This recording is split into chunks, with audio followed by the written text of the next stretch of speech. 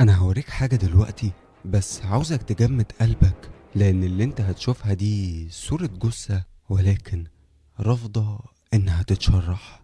بص معايا كده يا صديقي، اللي انت شايفها دي جثة بنت اسمها مريم، ورافضة التشريح.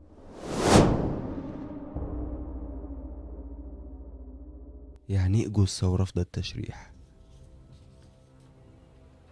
يعني حاولوا معاها كتير جدا، ولكن الجثة مش عاوزة تتشرح. طب وانا مالي بكل ده؟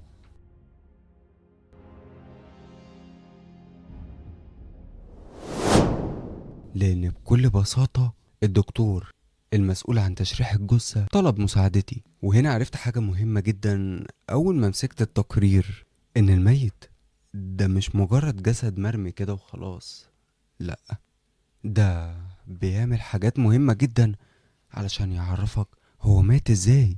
ولكن خلي بالك من حاجة، من الجثة اللي رافضة تتشرح.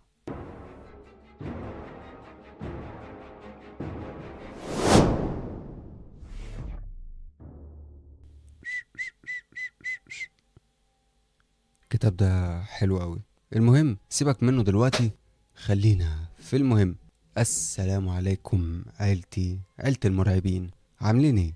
لو انت اول مرة تشوفني، انا محمد نبيل، وبنسهر مع بعض سهرة رعب كل حد وخميس الساعة 10 بالليل. فيا عم المرعب انت وهي، يا ريت ننزل دلوقتي نعمل لايك للفيديو ده قبل ما نبدأ، ايوه قبل ما نبدأ، ونشترك في القناة لو مش مشتركين، وده عيب جدا. ويلا بقى علشان نحضر الطقوس بتاعتنا، وهي هتقعد لي في مكان منعزل كده شوية، سواء بقى على القهوة في اوضتك وانت شغال، وتهدي لي النور شوية، ومشروبك الجميل سواء بقى قهوة او شاي او نسكافيه او ايس كوفي.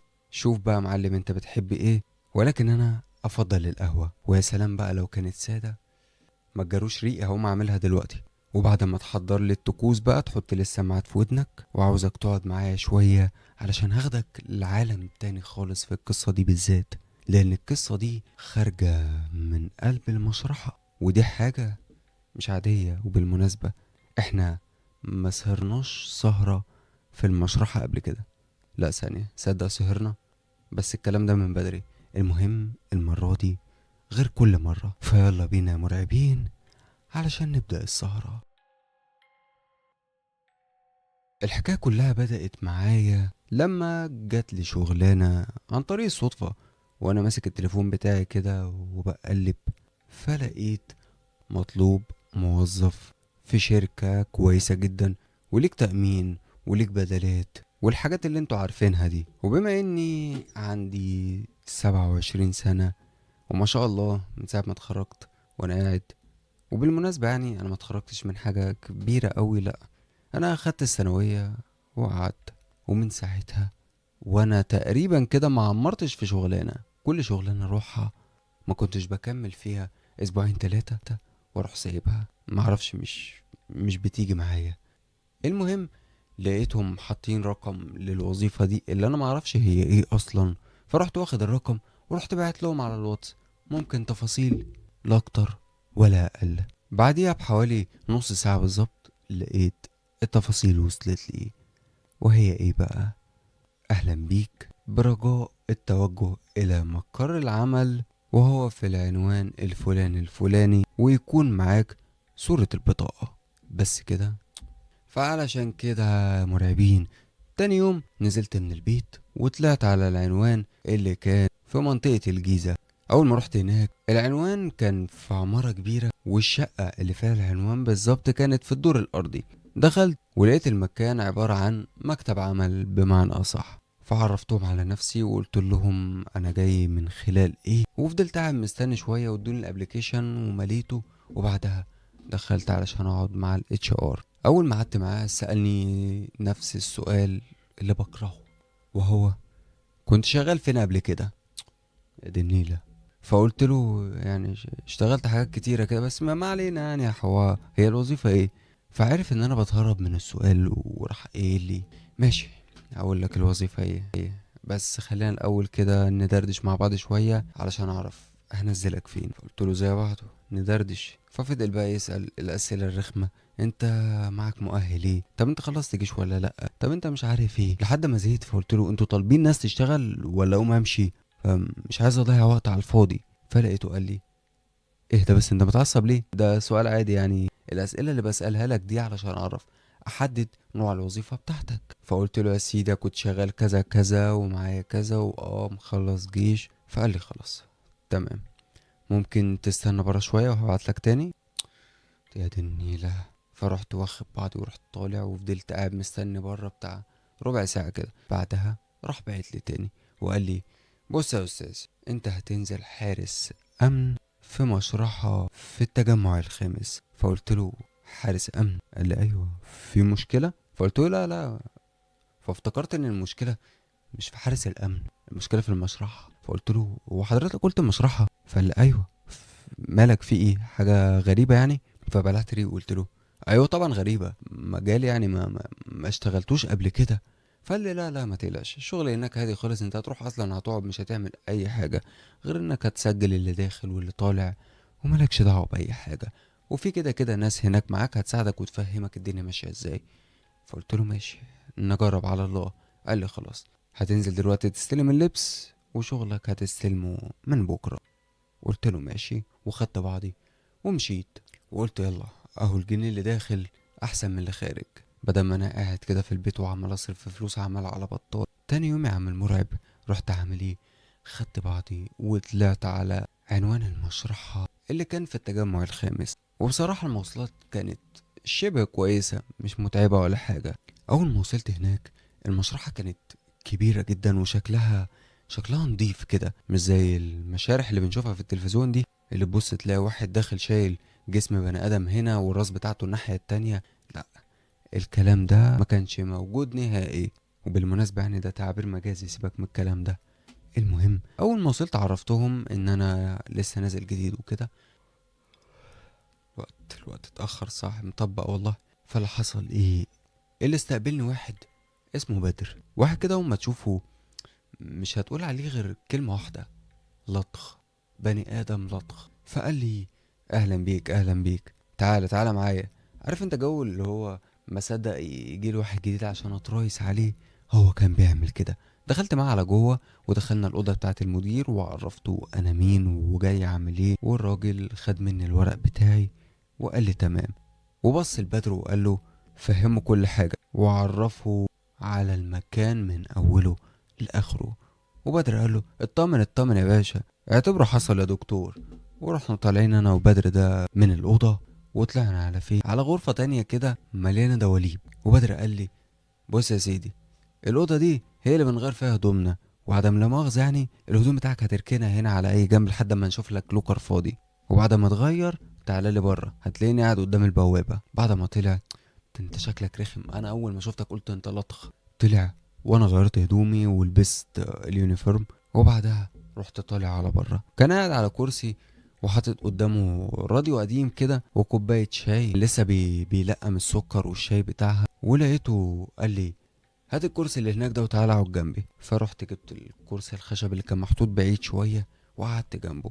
اول ما قعدت قلت له: ايه الدنيا هنا بقى، اصلا انا لسه جديد وبتاع. فقطع كلامي وقال لي: اهدى بس، اهدى نشرب الشاي الاول وبعدها احكي لك احنا نروح من بعضنا فين، ادينا قاعدين سوا. المهم يا مرعبين، عملنا الشاي واداني الكوبايه وهو بيقول لي: اتفضل. قال: اسمك كريم ايه؟ فقلت له: اسمي نبيل. قال لي: ماشي يا عم نبيل، عشت الاسامي، وانا اسمي بدر. بص بقى، الشغل هنا على الله خالص، زي ما انت شايف كده. انا قاعد هنا قدام مني الدفتر والقلم، وكل اللي بعمله اي حاجة داخلة او طالعة انا بسجلها.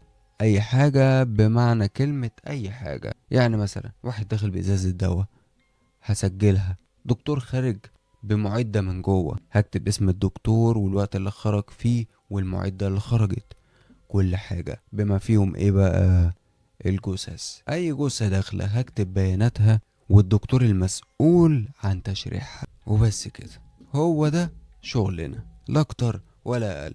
بقيت اليوم بقى اديك قاعد يا سيدي، الشاي والقهوة قدامك اهم زي ما انت شايف، الراديو قدامك عشان يسليك، بس الراديو ده بتاعي على فكرة، بس يلا انا هسيبهولك. واديك قاعد يا عم مرتاح. حاجة تاني؟ قلت له: لا لا كده تمام قوي. طيب انا المواعيد هتبقى ايه عشان انا مش فاهم لسه. فقال لي بص، هما ورديتين، هيبقى اسبوع انت هتمسك وردية الصبح، انا امسك وردية بالليل.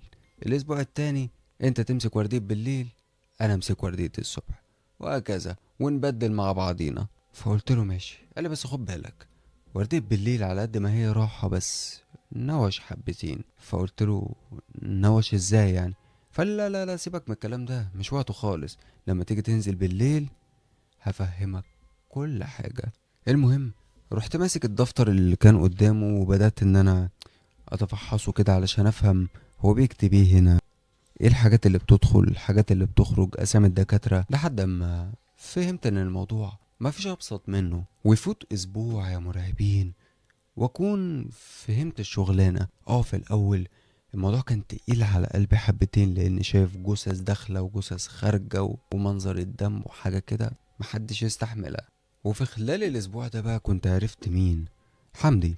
حمدي ده شاب على الله خالص، شاب غلبان شغال في المشرحة ولكن تبع شركة خارجية زي شركة الأمن اللي أنا فيها كده. أصل الشركات الخارجية دي بتكون مثلا الشركة اللي أنا شغال فيها بتاعة الأمن بيتعاقدوا مع المشرحة ان هم هيجيبوا لهم موظفين يوقفوهم استقبال وياخدوا بالهم من المكان، وفي المقابل ده هم هيدفعوا لهم فلوس.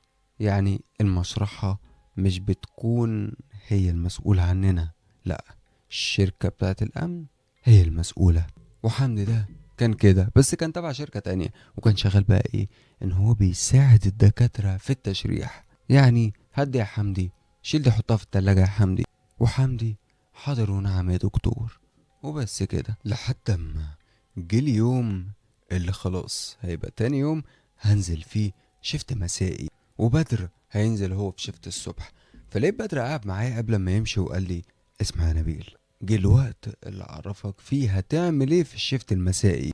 فقلت له ايه اللي هيحصل يعني؟ مش نفس الشغل، هسجل اللي داخل واللي خارج فقطع كلامي وقال لي لا لا لا لا لا سيبك بقى من اللي داخل واللي خارج، لان انت تقريبا مش هتلاقي حاجة داخلة وخارجة الا قليل قوي. بس عايزة انبهك على حاجة، اقعد بس كده. فرحت قاعد قدامه وقال لي بص يا معلم، احنا هنا زي ما انت شايف كده في مشرحة، مش في مستشفى بالنمرس. يعني في المستشفيات انت بتلاقي عيانين طالعين وخارجين حاجة عادية شبه هنا بس مش بالظبط.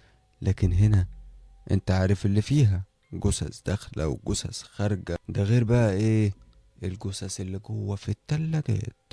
وعايز اقولك ان في جثث جوه مش لاقيين لها صاحب، ودي اعوذ بالله منها. فقلت له وانا مالي يا بدر بحاجة زي كده، انا مش هدخل جوه اصلا، انا اديني قاعد هنا قدام البوابة.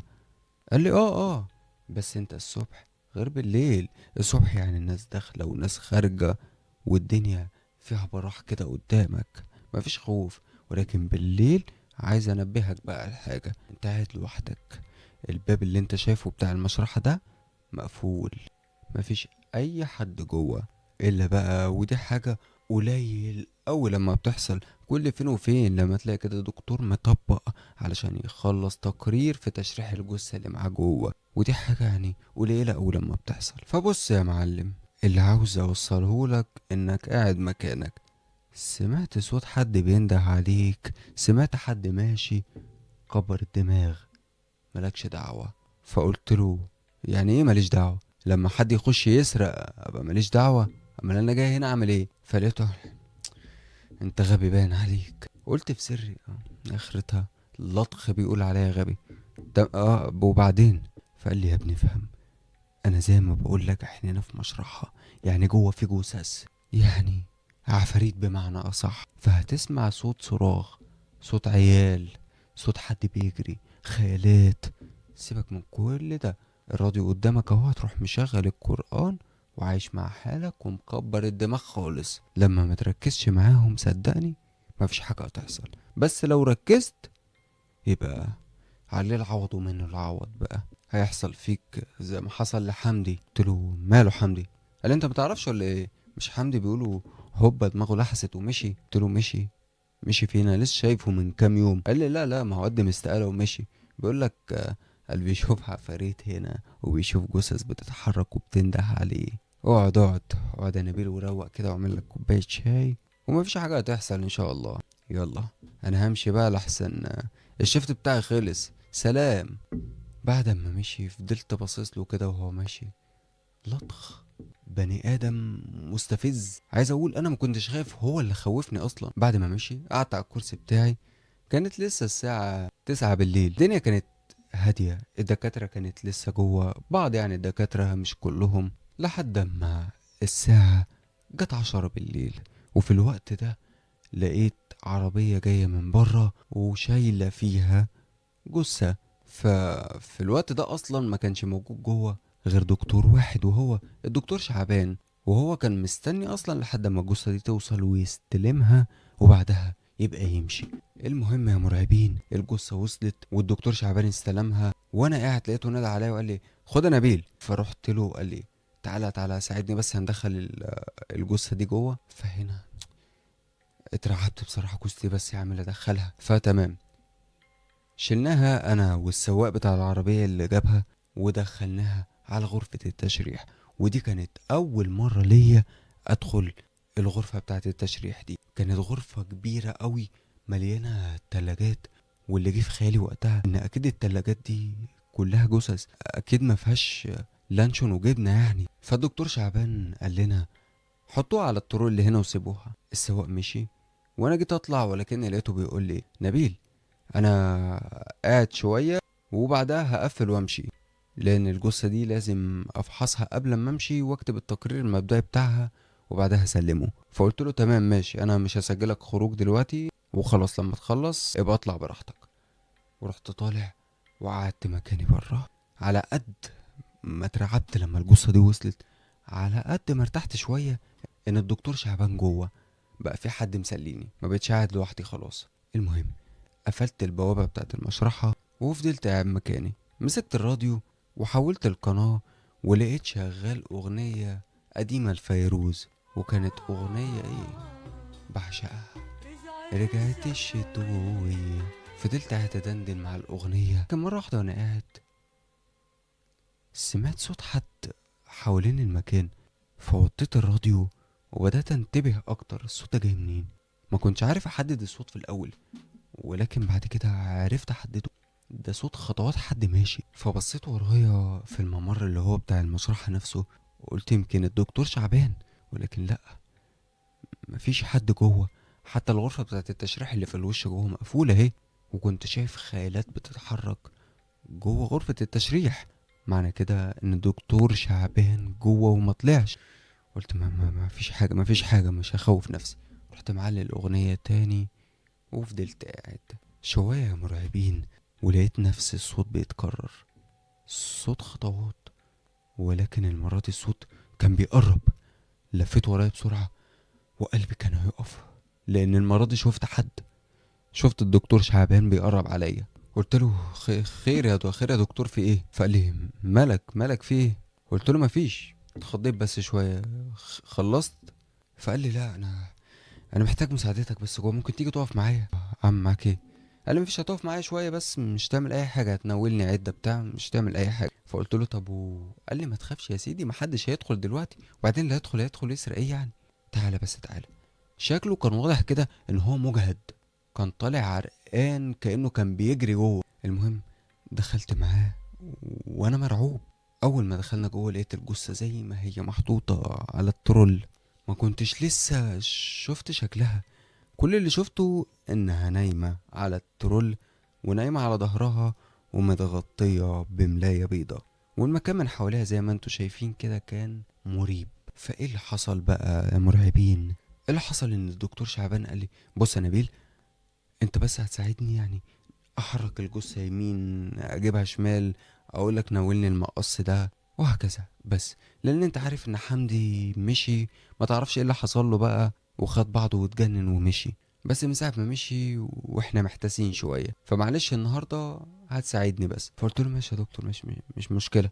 قال لي شيل الملاية من عليها. قربت من الجثة ومسكت الملاية وشلتها، وهنا شفت ملامحها كويس قوي. والمنظر بالنسبة لي كان مرعب.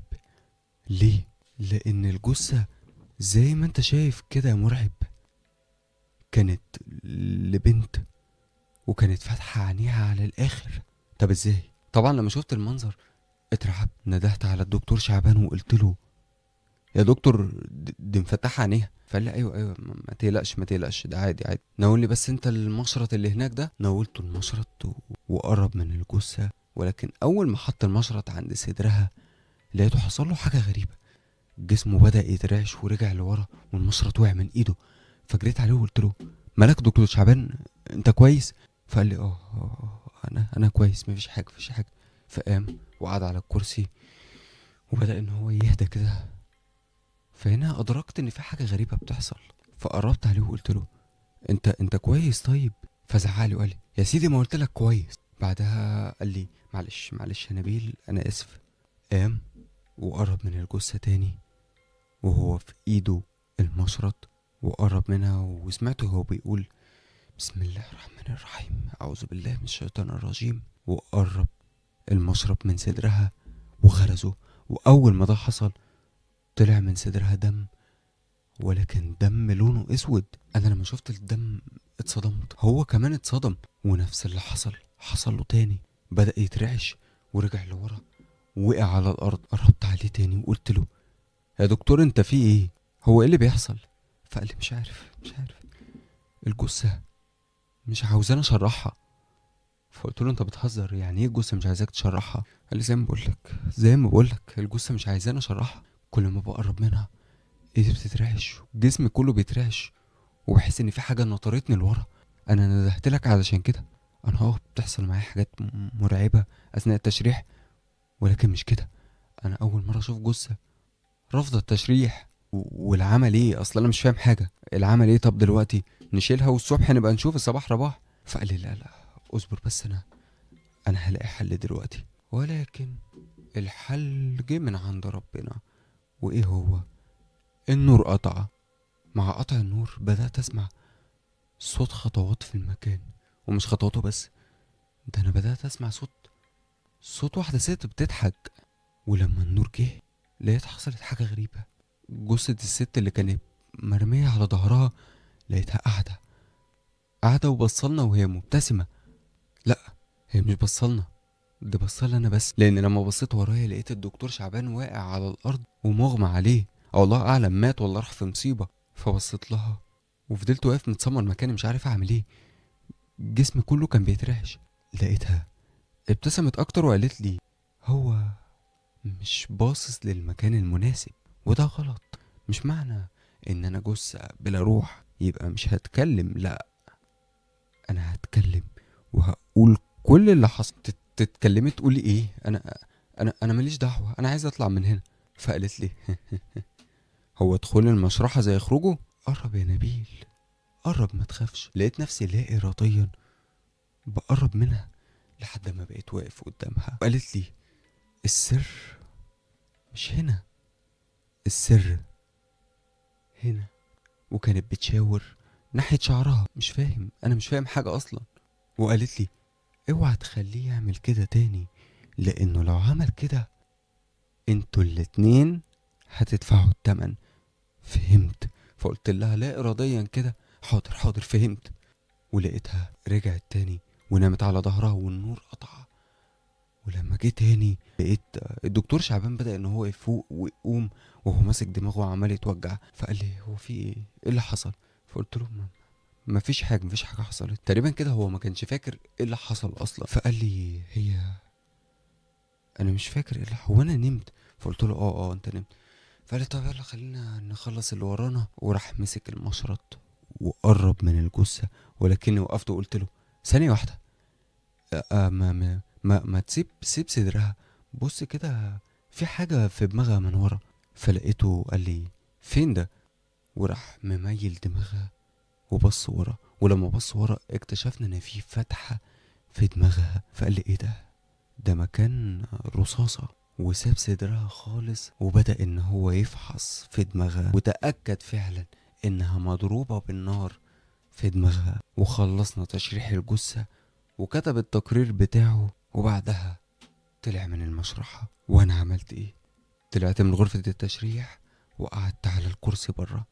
قعدت وانا مش مستوعب كل اللي حصل لي وسط ما انا قاعد لقيت مرة واحدة باب المشرحة الرئيسي بيخبط، فقمت علشان اشوف مين، وقمت وانا حرفيا مرعوب. في الوقت ده كانت الساعة 5 الفجر، فكان الصبح بدأ ان هو يشقشق والدنيا بدأت تنور، فالخوف راح مني شوية. وانا كنت ناوي اصلا ان انا مش هكمل في الشغلانة دي تاني. فقربت من الباب وبصيت كده مين اللي بره، ولقيت واحدة ست ملامحها ما كانتش باينة قوي. فقلت لها ايوه نعم. فقالت لي انت انت نبيل؟ قلت لها ايوه، مين حضرتك؟ قالت لي انا الروح الجديدة، انا الجسد، انا اللي ارتحت. فقلت لها انت بتقولي ايه؟ انت عايزة ايه انت؟ فقالت لي السر مش هنا، السر هنا، وانت عملت اللي عليك، برافو. اتمنى ان ده يحصل في كل اللي جاي. روح يا نبيل، روح اقعد مكانك وما تخافش. الاموات مش بتأذي، الاموات بتتكلم علشان تقول مين اللي قتلها. روح يا نبيل.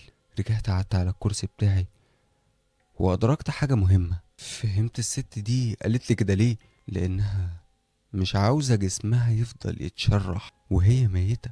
هي عايزة ترتاح. وأدركت إن الميت ده مش مجرد جسد مرمي في المشرحة، لأ، ده بيعمل حاجات غريبة علشان يعرفك مين اللي عمل فيه كده وعمل فيه كده ازاي. وكل جثة بيكون ليها حكاية مختلفة، لأن احنا هنا مش في مستشفى على رأي اللطخ بدر، لأ، احنا في مشرحة، والمشرحة دي بيكون فيها جثث كتير جدا. جثث بتروح وجثث بتيجي وجثث بتكون ملهاش صاحب، مرمية ومحدش يعرف عنها حاجة.